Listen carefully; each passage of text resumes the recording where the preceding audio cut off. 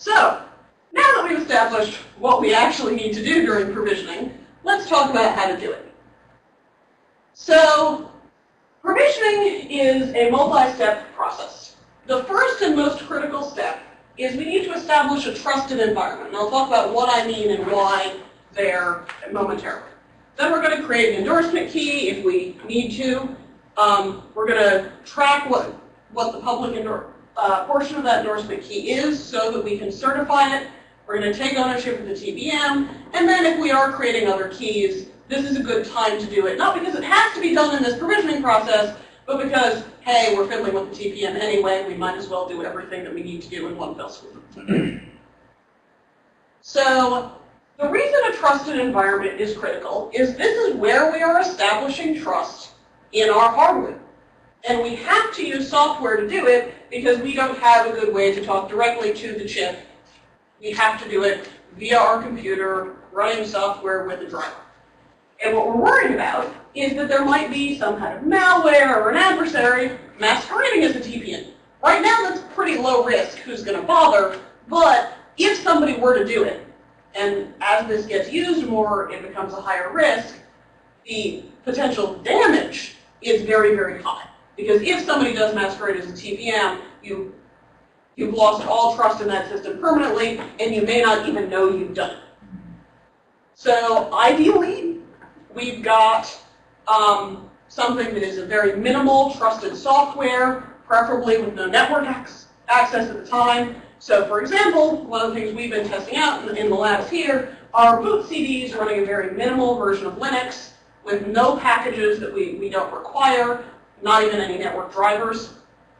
And then we can transfer the data off via a writable CD. Writable CD rather than a USB drive, because once it's written to, we're not going to get it overwritten. There's no chance of the USB drive bringing in malware of any kind.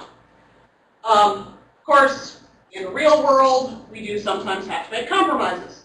If you've got a live CD with a stack of writable CDs, one per machine, that's a technician that needs to have their hands on every single machine. That high trust, you've got things established very well, but the cost can be pretty high. It's going to be hard to scale, especially when you're talking about trying to provision machines that are already out in the field, that are already on people's desktops. It's a lot easier when you're talking about, well, I've got to install my corporate disk image anyway. Well, at that point, you're rebooting the machine anyway. Adding an extra step to do TPM provisioning is actually pretty low cost if you get it at that point. Problem is, most enterprises say, I've got thousands of machines, and you want me to do what to them? So one of the things that we're seeing is people who, like if you go to the only corporate vendor today of TPM applications, which is Wave Systems, that we know of, they're the ones who did PricewaterhouseCoopers, they have scripts that run on Windows remotely to do all of this stuff. Now, I don't know about you, but I'm not sure I trust a script running remotely on Windows to establish trust in my hardware. But Zeno has said that as part of Checkmate, they have posted one version of the provisioning CD, which is that live CD that I was talking about, on a code repository at code.google.com. So, oops, there is something public that you can actually download.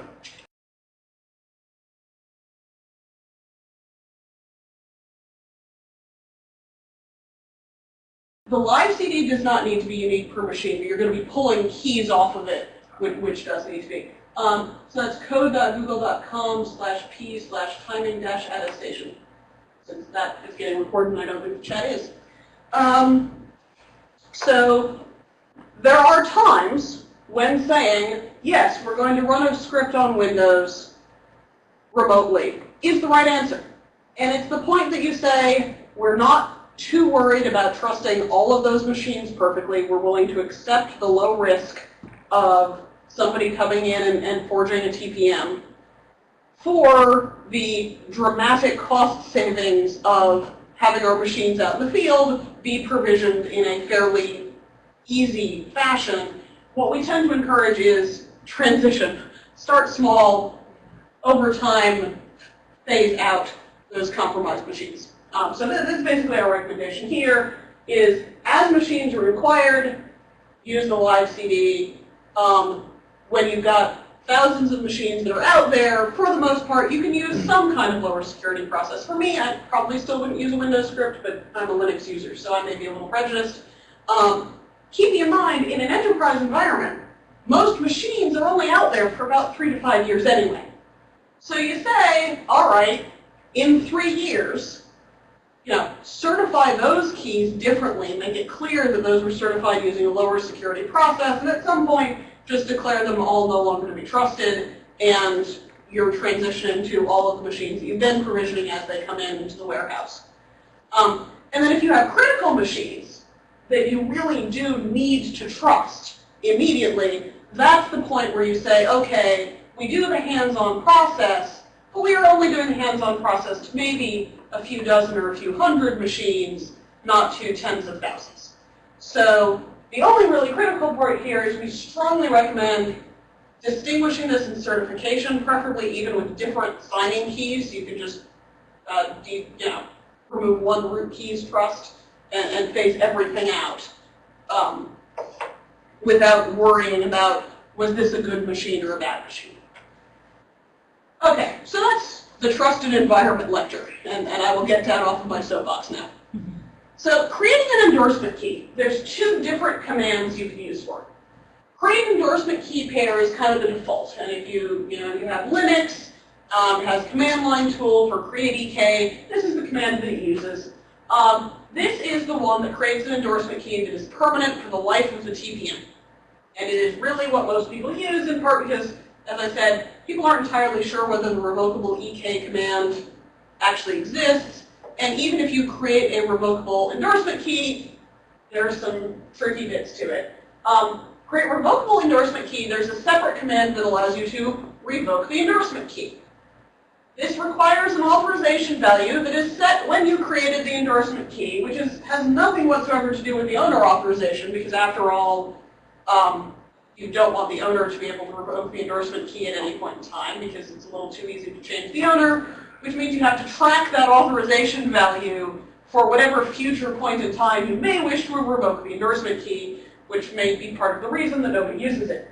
So it does let you control the TPM history a little better if you're an enterprise and you use revocable endorsement keys.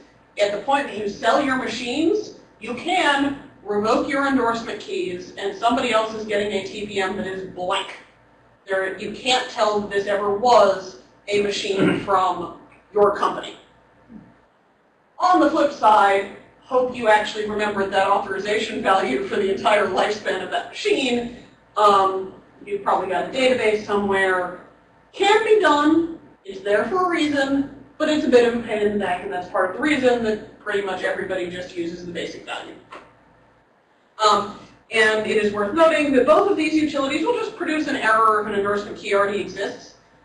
There are ways that you can tell the TPM, please tell me if there's an endorsement key, but fundamentally, for the most part, if you're doing provisioning, just try and create an endorsement key, and either it'll work or not. And if not, you'll get an error that says one already exists. Why bother checking first? It's not going to change anything if you try to creating a key when there's one already there.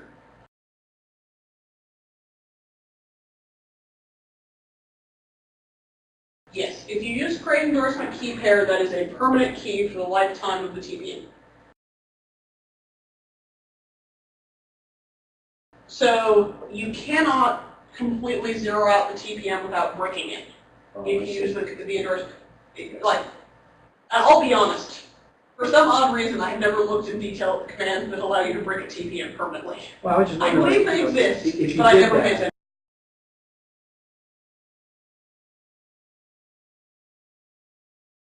In general, it does not. The endorsement key doesn't secure any data.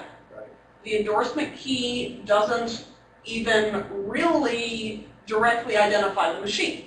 Because the vast majority of the time, and we'll get to the exact protocols by which we certify these other keys in the next talk,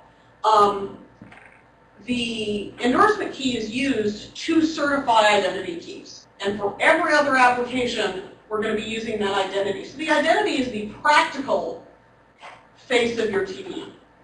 So if I have an endorsement key and I hand the machine off to somebody else, the only way to make a connection between this machine with its endorsement key and all of those identities you used are if the certifying authority that issued the certificate for all of those identities says, well, yes, here's the TPM those identities were associated with, and here's its endorsement key. So the design, according to the TCG, was to make that connection very hard to forge.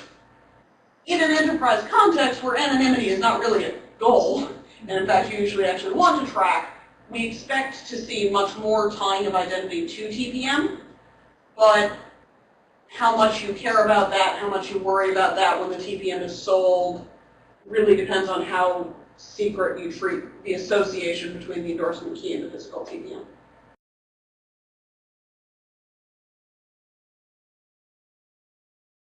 No keys are protected by the endorsement key. Okay, good. The endorsement key only basically certifies them.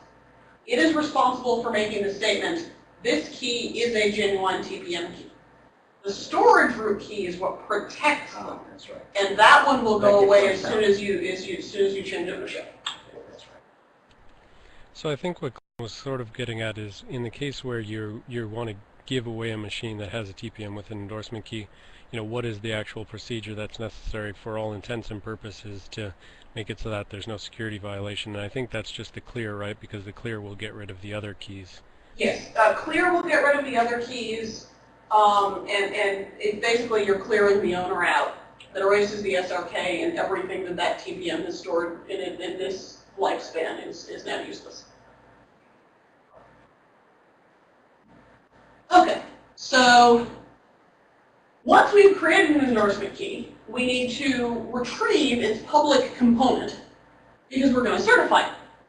So there is a command that reads the public portion of the endorsement key, and this is the only thing that this command does. And I will note this only reads the public endorsement key. There is absolutely no way to read the private portion. That's secret. In a fit of, I don't know if they're trying to make our lives complicated or be secure here, you actually have to execute this command before ownership is taken, or you're going to have a much more complicated process because you have to actually reset a bunch of flags to allow yourself to read the public endorsement key once you've taken ownership. Why? I don't really know. I don't have insight. Once you have read the public endorsement key, you need to save it to transfer to a CA that's going to certify it. The question is, what effect does the clear command have on the PCRs? I am pretty let's see.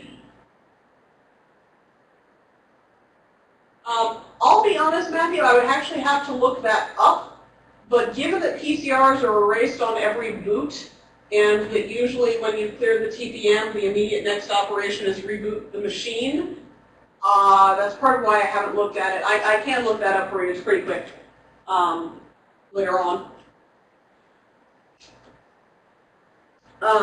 So we've got a public endorsement key. We want to transfer the certification authority so they can certify it. The way we recommend doing this is no matter what mechanism you're using to transmit the public endorsement key, whether you're writing it on a CD or whether you're sending it across the network, because we are paranoid security people, I do generally recommend having take a hash of that key, some kind of fingerprint, and write that value down so that when you get across to the CA, you have some kind of out-of-band mechanism, whatever it is, to make sure that the saved key you've got is the one that you actually created in that environment, and that's the one that gets certified. In part, because this does mean that you can use less secure methods of transmission. But basically what we're doing here is an integrity check. Is the key we created in our secure environment the same key we're certifying? This goes double if you're using something like a USB drive, or any system you plug it into can modify things. This goes triple if you're going over a network. If, for example, you say, once we've created the endorsement key, I plug the network back in and then I just send it to my CA, that's fine as long as you have an out-of-band mechanism to make sure that that's the same key. And as the name suggests, the public endorsement key is not actually secret. This is just to make sure that this is the same key we think it is. So now we've got an endorsement key, we can take ownership. So taking ownership is a command that requires 2 inputs because it's creating an owner authorization, which is basically the owner password.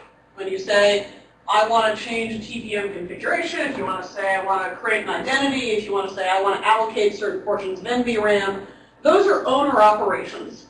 And this is the password that we are going to be using to give permission to perform those owner operations.